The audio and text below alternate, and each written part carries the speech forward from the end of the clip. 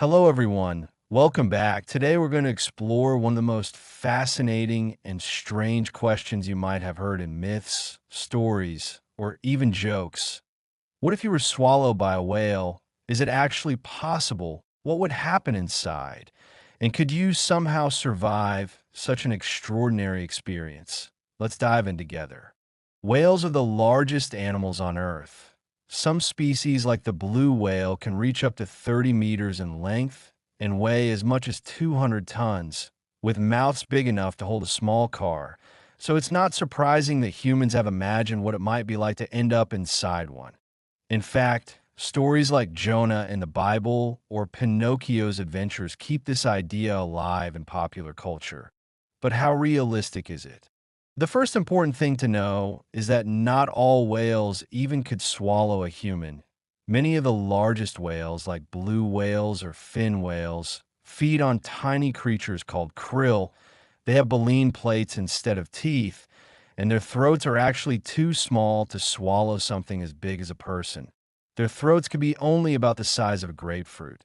So if you somehow ended up in a blue whale's mouth, you'd probably be pushed back out with the water and food they filter.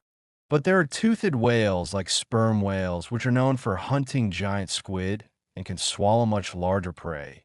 Their throats are wide enough for a human to pass through, so the idea of being swallowed whole isn't completely impossible, though it would still be extremely rare because whales do not see humans as food.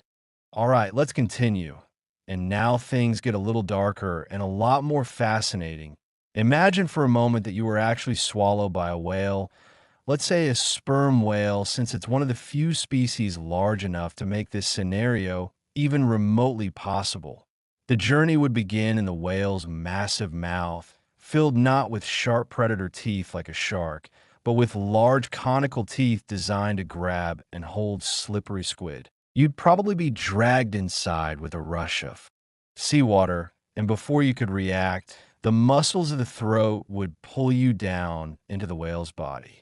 Once you pass the throat, you'd enter the stomach, and here's where survival becomes very questionable.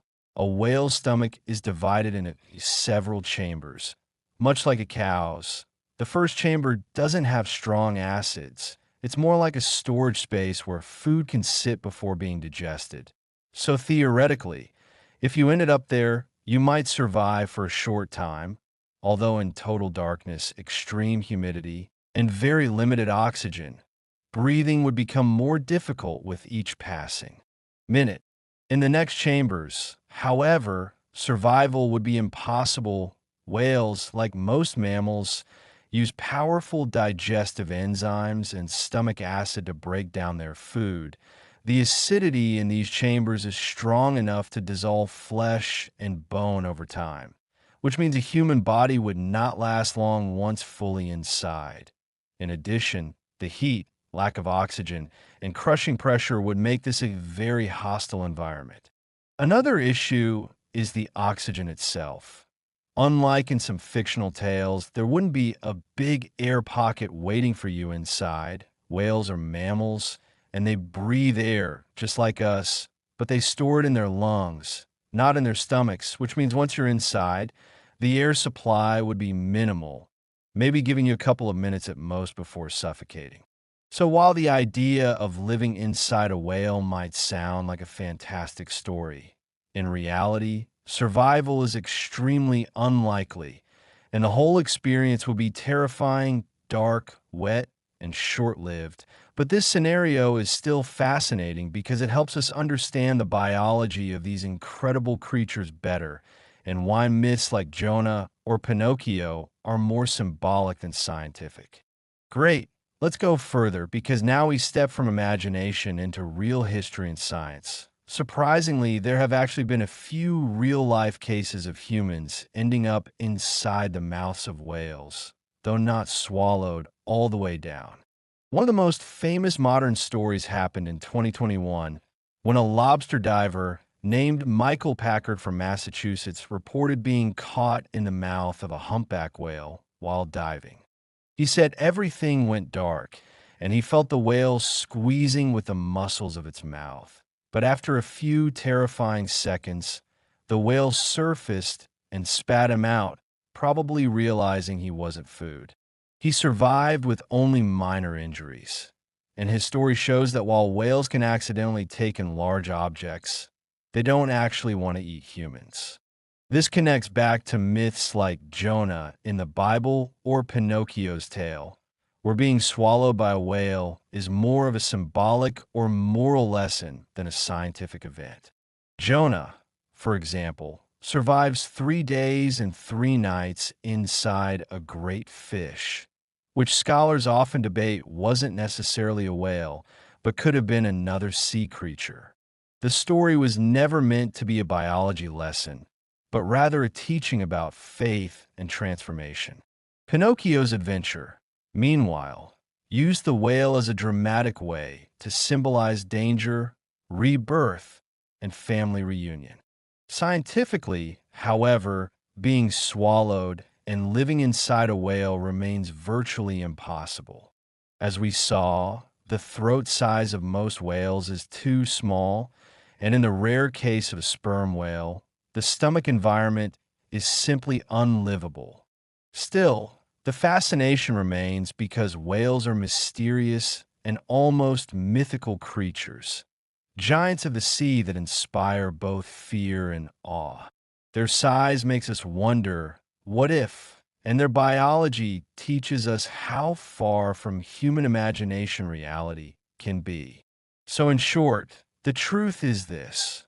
You might be caught in a whale's mouth by accident, but you won't be swallowed whole and survive to tell the tale.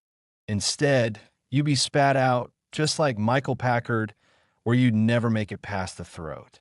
The myths and stories, while biologically impossible, reveal our deep human curiosity and respect for these ocean giants. All right, let's bring this story to a close. The idea of being swallowed by a whale has lived in human imagination for thousands of years, from ancient myths to children's tales. But when we put science and reality next to the fantasy, we see that it's more of a symbol than a possibility. A whale's biology simply doesn't allow for a human to survive inside.